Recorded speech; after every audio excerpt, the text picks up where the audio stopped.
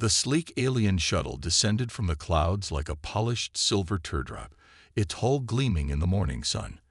At the Johnson Military Research Complex, Commander James Wilson stood straight-backed among a group of high-ranking officers, watching the vessel touch down with barely a whisper on the concrete landing pad. The ship's seamless surface rippled, and a doorway materialized. Through the opening stepped a figure that made several officers catch their breath. She was humanoid but clearly alien, tall and graceful, with pale blue skin that seemed to shimmer in the sunlight. Her most striking feature was her eyes, large, almond-shaped, and a deep violet color that seemed to hold ancient wisdom. "I am Lyra, Cultural and Military Assessment Officer from the Galactic Council," she announced in perfect English, her voice carrying a musical quality. Her gaze swept over the assembled humans, and the corner of her mouth twitched slightly upward in what could only be described as barely concealed amusement. Commander Wilson stepped forward. "Welcome to Earth, Officer Lyra. I'm Commander James Wilson, and I'll be your liaison during your assessment." He extended his hand in greeting, but Lyra merely looked at it with thinly veiled disdain. "Let's proceed with the evaluation, Commander. I have reviewed your preliminary data, and I must say, I'm intrigued by your civilization's persistent reliance on chemical propellants and kinetic weapons." Her tone carried the kind of patience one might use when speaking to a child. As they walked toward the main facility, Lyra's eyes darted from building to building, taking in the visible security measures, the guard towers, the perimeter fence, and the occasional rumble of military vehicles in the distance. "Tell me, Commander," she said, pausing to watch a tank column conducting exercises in the distance, "do your people truly believe these primitive machines could defend against a spacefaring civilization?" James maintained his professional composure, though his jaw tightened slightly. "We work with what we have, Officer Lyra. Perhaps you'd like to see our main arsenal." "Oh yes," she replied, her voice tinged with amusement. "Show me these weapons you're so proud of." The tour took them through various sections of the facility. Lyra's reactions ranged from polite disinterest to barely suppressed laughter as they examined missile systems, artillery units, and aircraft. In the main weapons vault, she stopped in front of a display case containing an advanced rifle. "Projectile weapons, still." She shook her head. "My people abandoned such methods thousands of years ago. We now use directed energy weapons and gravitational manipulation." James simply nodded, making notes on his tablet. If Lyra had been paying closer attention, she might have noticed that his eyes held a glimmer of something, perhaps amusement of his own, or maybe something else entirely. As the day drew to a close, Lyra stood at the window of the command center, watching the sunset. "Your hospitality has been adequate, Commander, but I must be honest. Your defensive capabilities are centuries behind what would be necessary to join the Galactic Council." James stood beside her, hands clasped behind his back. "We appreciate your candid assessment, Officer Lyra. However, I believe there's an old Earth saying you might find interesting. Never judge a book by its cover." Lyra turned to him, her violet eyes glinting with curiosity. "Another one of your charming Earth idioms. What does it mean?" "It means appearances can be deceiving," James replied quietly. "We humans have learned through our history that sometimes it's better to be underestimated." Lyra laughed, a sound like tinkling crystals.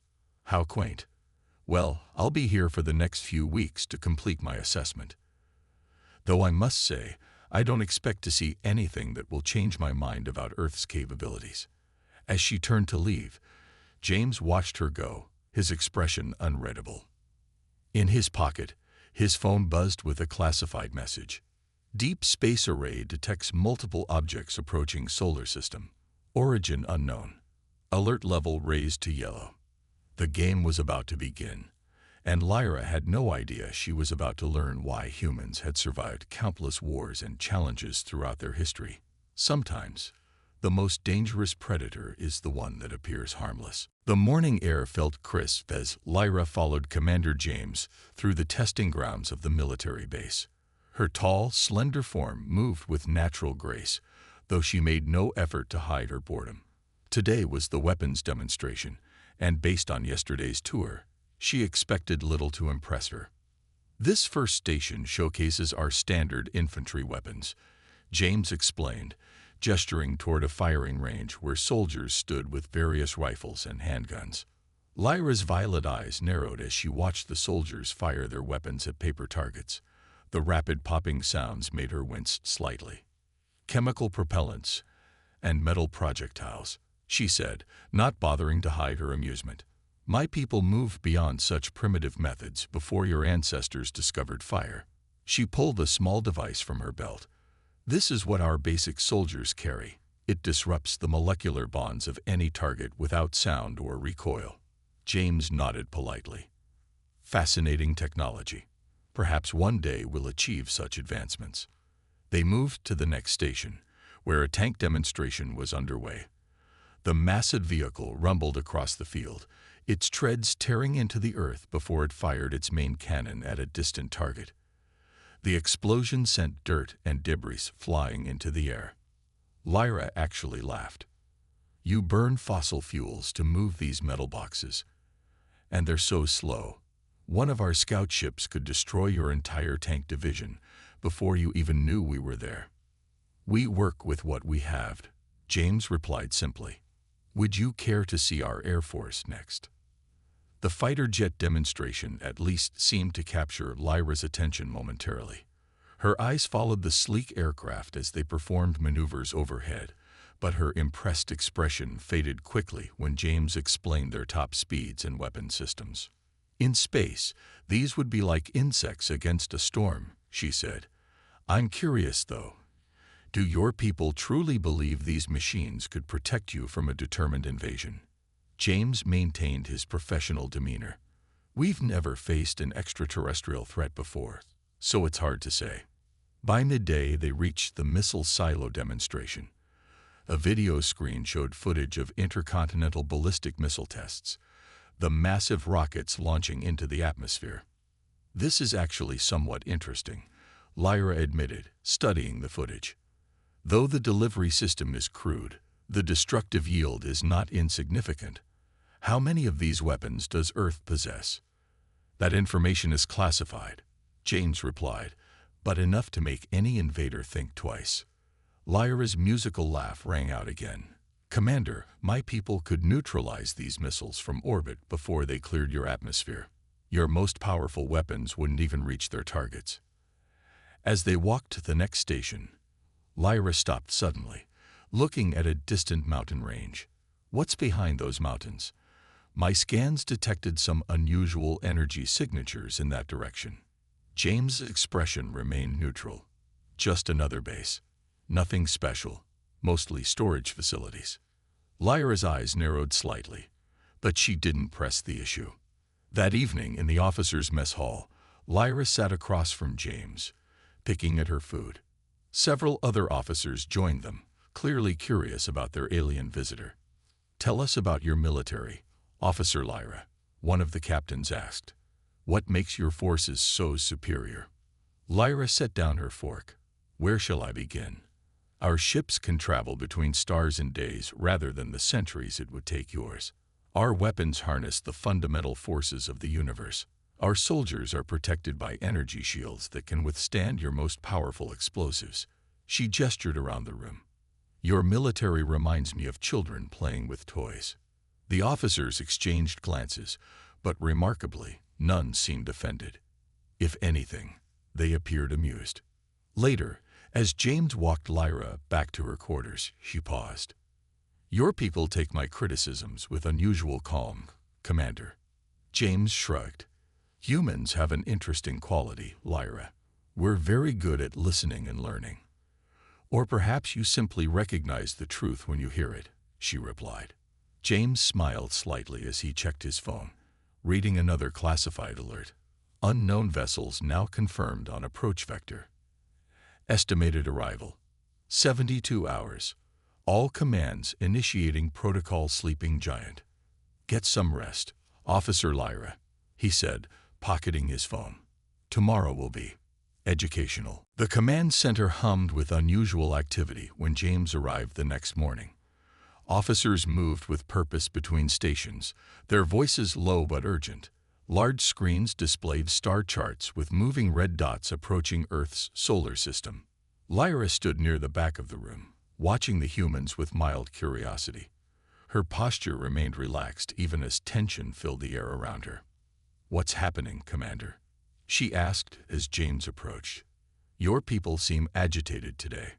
James gestured toward the main screen. "We've detected multiple objects entering our solar system. They're not responding to communication attempts and are moving directly toward Earth at high speed." Lyra's violet eyes widened slightly as she studied the data. "Those are warships," she said, her voice losing some of its usual condescension. "Hizari warships, to be precise." "You know them?" James asked, his face betraying nothing. "The Hizari are conquerors," Lyra explained. "They expand their territory by force, taking resources from worlds they deem underdeveloped." Her eyes met James. "They consider themselves the apex predators of the galaxy." The room fell silent as officers turned to listen. "And what do your people think of the Hizari?" James asked. Lyra shifted uncomfortably. "We maintain cautious peace. The Galactic Council has treaties with them. They generally respect our boundaries." An intelligence officer approached, handing James a tablet. He reviewed it quickly before looking up at Lyra. "According to this, the Hizari fleet will reach Earth in approximately 48 hours. Would the Galactic Council be willing to intervene on our behalf?" Lyra looked away. I don't have that authority. I would need to consult with my superiors." James nodded. "Please do." Hours later, Lyra returned from her shuttle, her blue skin slightly paler than before. She found James in his office, surrounded by maps and tactical displays. "I've received word from the Council," she announced, her voice flat. "They regret that they cannot intervene in what they consider a local matter." James nodded slowly. "They're leaving us to face the Hizari alone." "You must understand," Lyra said, a hint of defensiveness in her tone. "The Council cannot risk a conflict with the Hizari over a non-member world, especially one that is technologically inadequate for galactic citizenship." For the first time, James allowed a flash of anger to cross his face. "So we're expendable?" Lyra flinched slightly.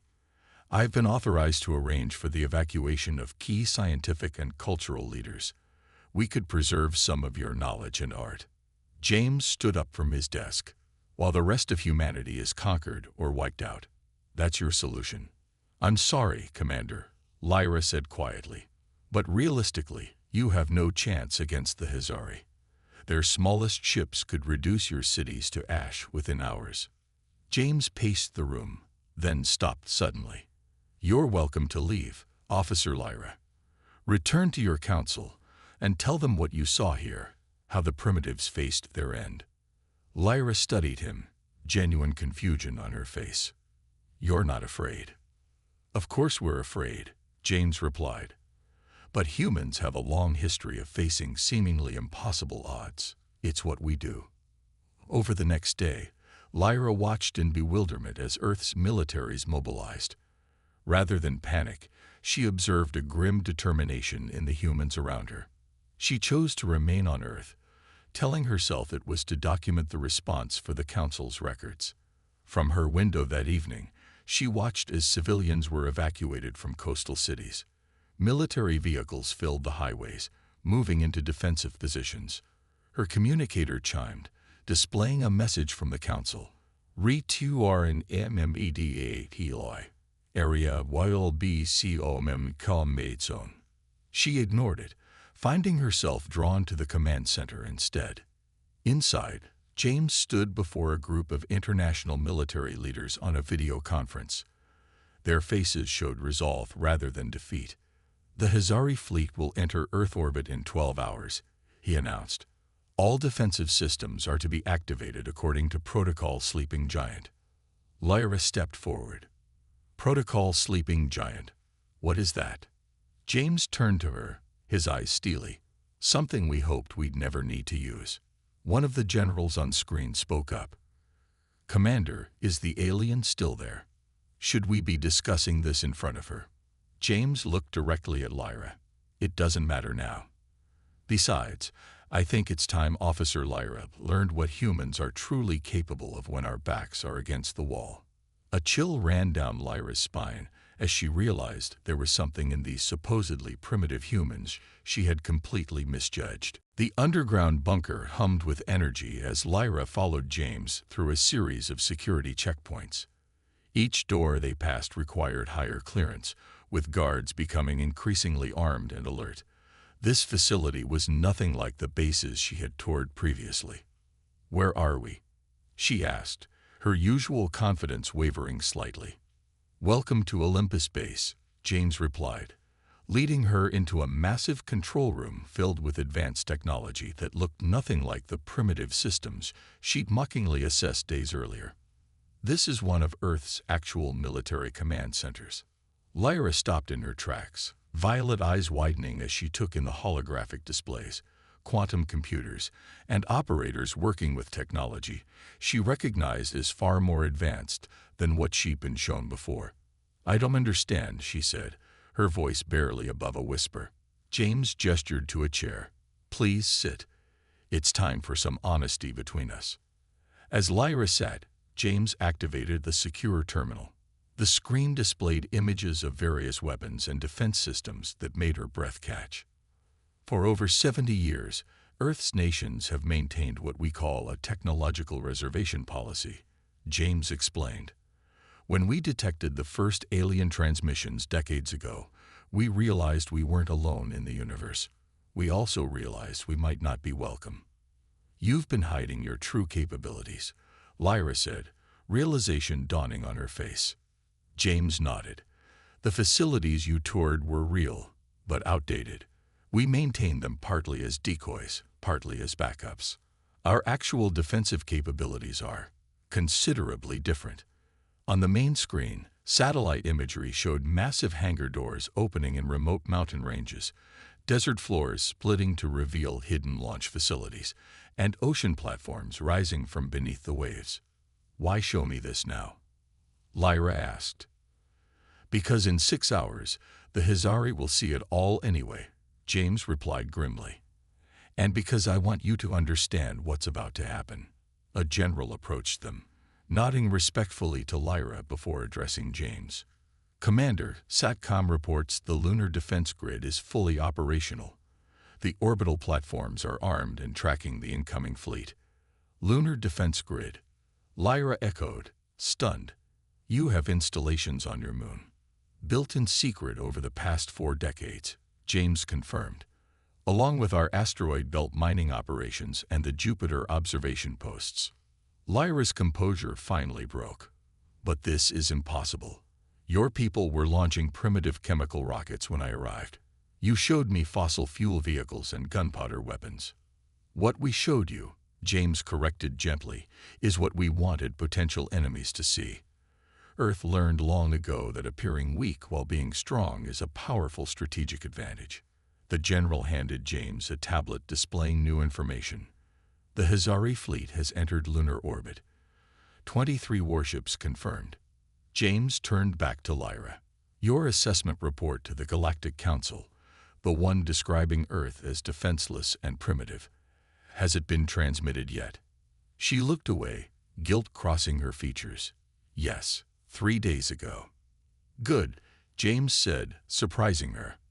"Then the Hizari believe they face minimal resistance."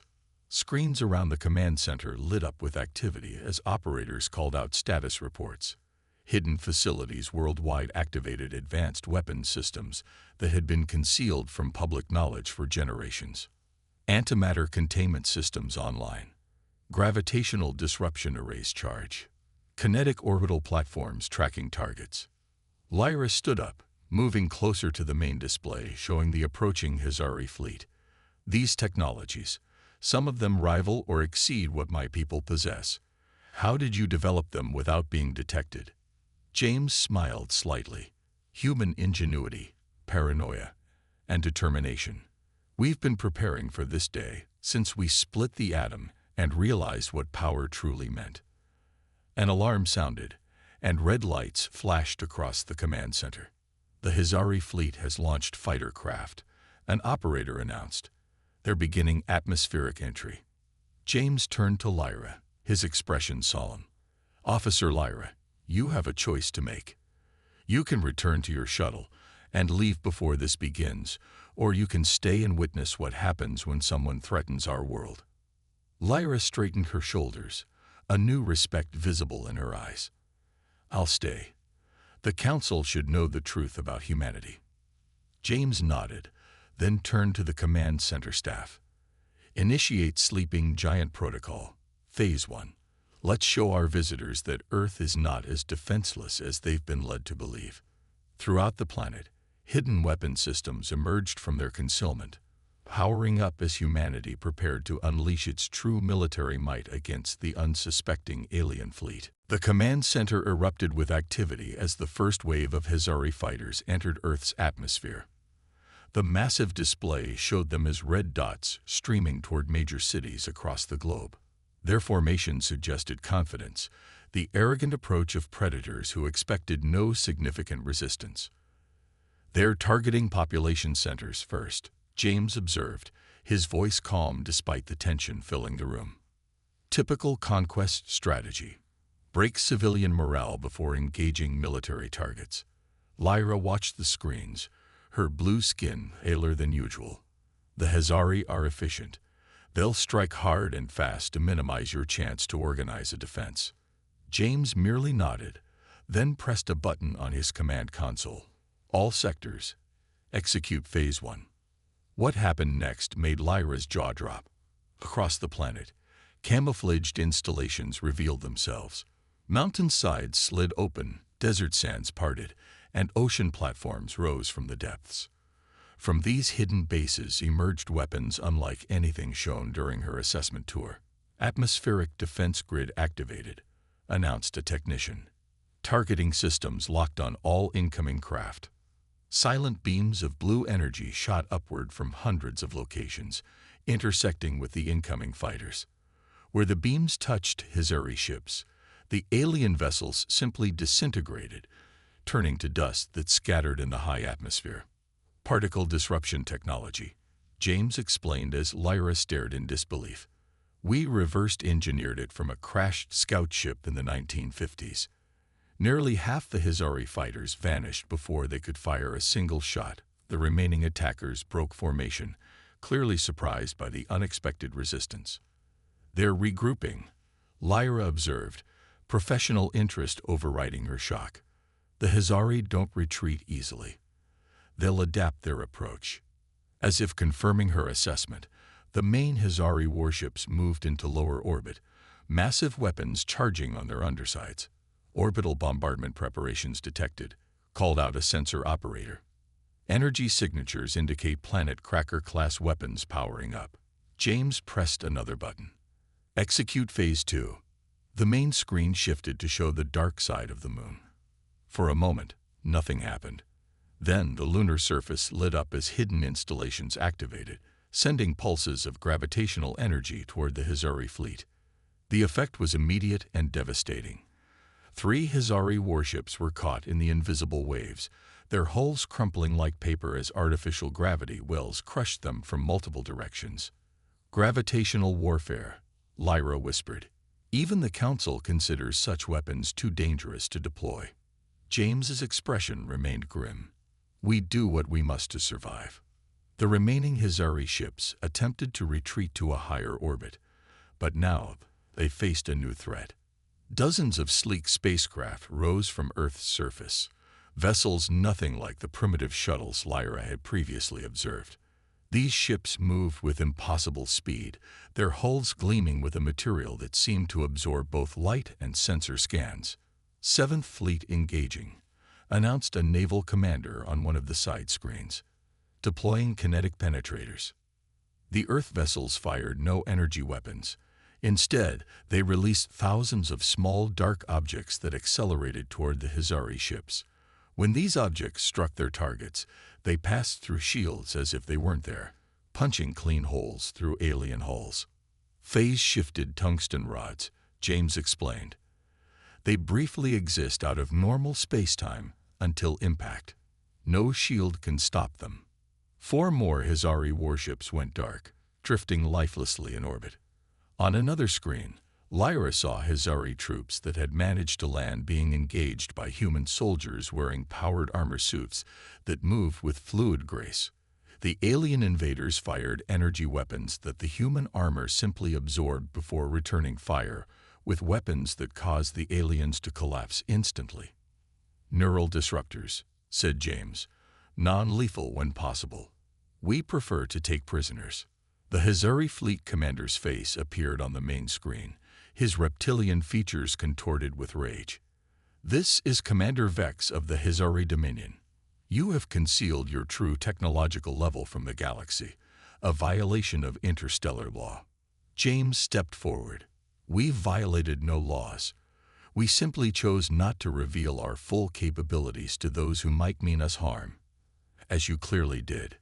The alien commander hissed in anger. This deception will not save you. We still outnumber your forces. Numbers aren't everything, James replied calmly, before turning to his communications officer. Signal the Jupiter stations. Execute Phase 3.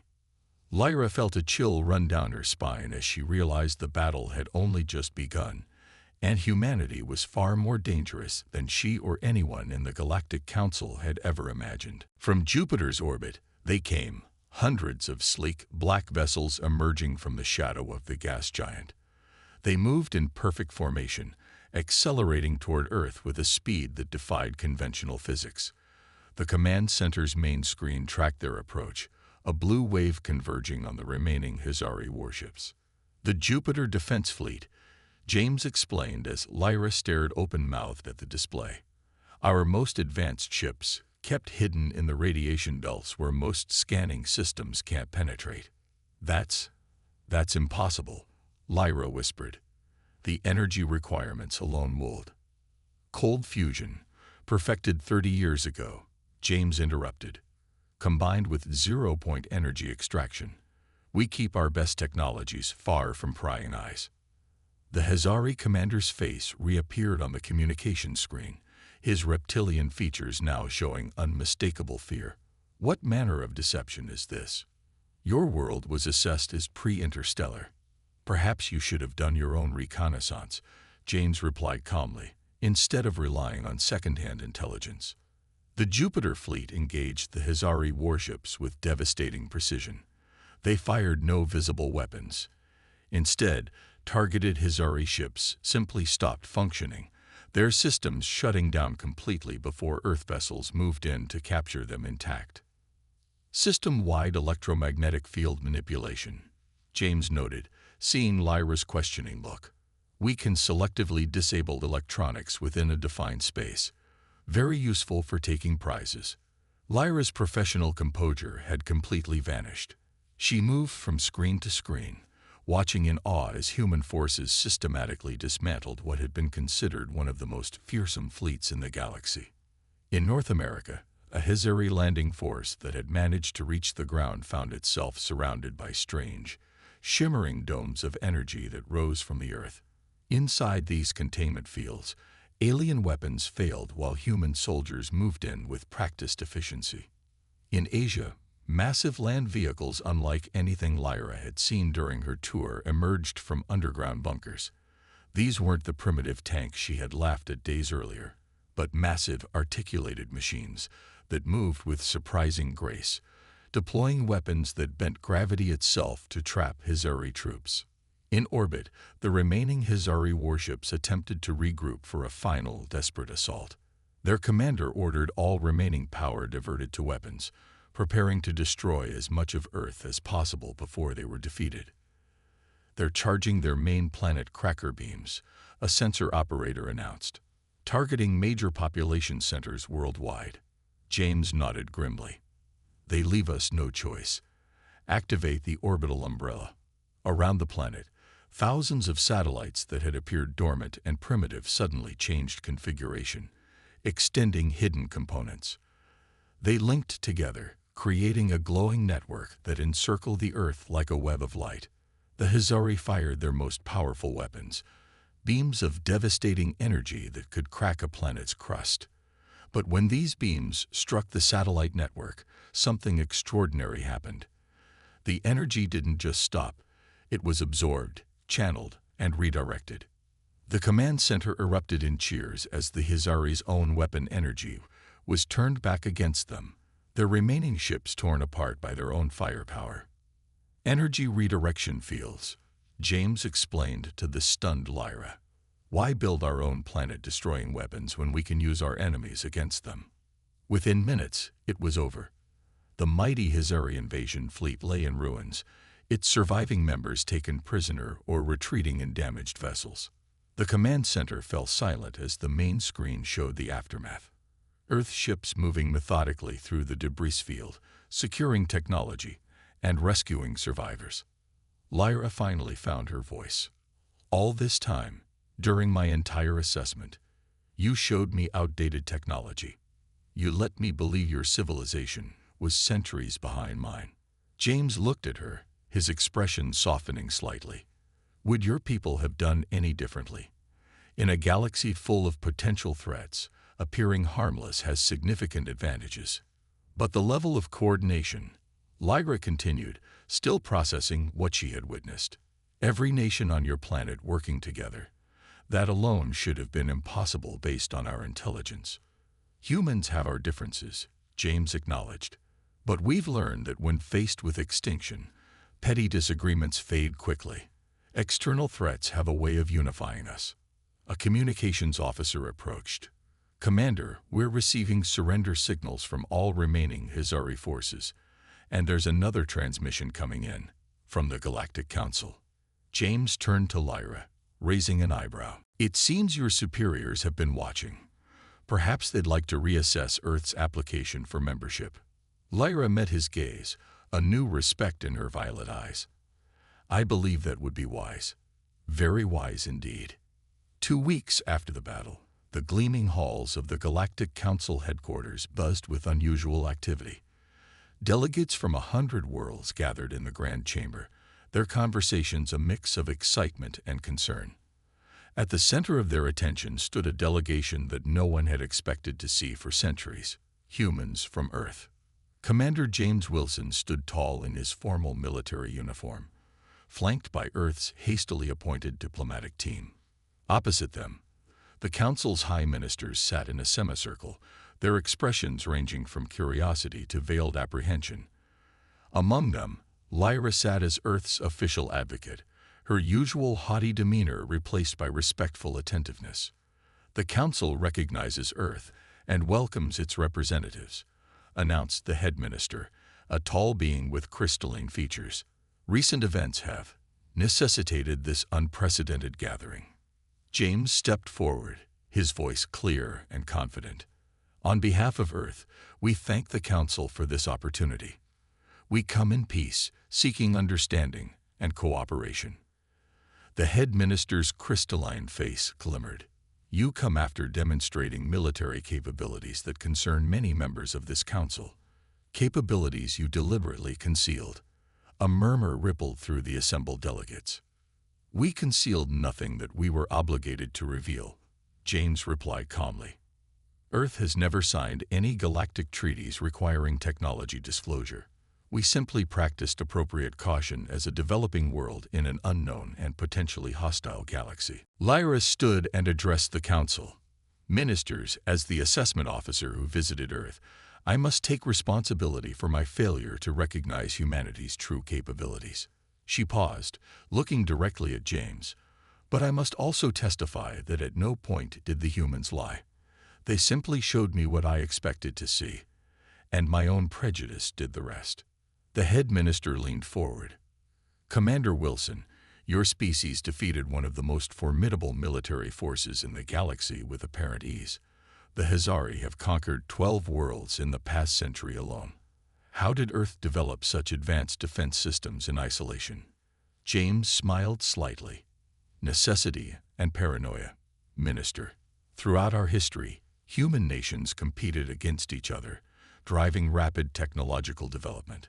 When we discovered we weren't alone in the universe, that competitive spirit was channeled into planetary defense. "And the weapons themselves?" asked another minister. "Some of the technologies you deployed violate restrictions even among council worlds." With respect, James replied, "Restrictions we never agreed to because we were never invited to the discussion." He gestured to the chamber around them. "Until today, Earth has stood alone, preparing for a day we hoped would never come. We did what was necessary to ensure our survival." The council chamber fell silent as the implications sank in. Finally, Lyra spoke again. "Ministers, I have spent these past weeks learning more about humanity. Their history is filled with conflict, yes, but also with remarkable resilience and innovation. They developed in isolation what took other species cooperative efforts across multiple worlds." She walked to stand beside James. More importantly, despite their military power, they showed restraint. The Hezari invaders were captured rather than annihilated where possible. No retaliatory strikes were launched against Hezari worlds. These are not the actions of conquerors. The head minister conferred quietly with the others before addressing the chamber again. "The council has reached a preliminary decision. Earth will be granted provisional membership, with full technological exchange to begin immediately." James nodded respectfully. "Earth accepts these terms." As the formal proceedings concluded, delegates swarmed around the human representatives, eager to establish connections with this surprisingly powerful world. In a quiet corner of the chamber, Lyra approached James. "Your people will change the council forever, you know. Many worlds are already reconsidering their defensive strategies." James smiled. "Change can be good. Perhaps now the council will be more proactive in preventing aggressors like the Hezari." "There's one thing I still don't understand," Lyra admitted. "You could have revealed your true capabilities when I first arrived. Why maintain the deception even during my assessment?" "Because we needed to know who our friends were," James replied simply. "If the council had embraced Earth knowing we were primitive, that would show character. Instead, we abandoned you when we thought you were defenseless." Lyra finished, her eyes downcast. "A valuable lesson for both our peoples," James said gently. "But now we move forward together." As they looked out at the stars visible through the council chamber's vast windows, both knew the galaxy would never be the same. Humanity had arrived on the galactic stage, not as humble supplicants, but as equals demanding respect. Respect they had earned through ingenuity, courage, and the wisdom to know when to reveal their true strength. In the end, it wasn't just Lyra who had underestimated humans. It was an entire galaxy. And no one would make that mistake again.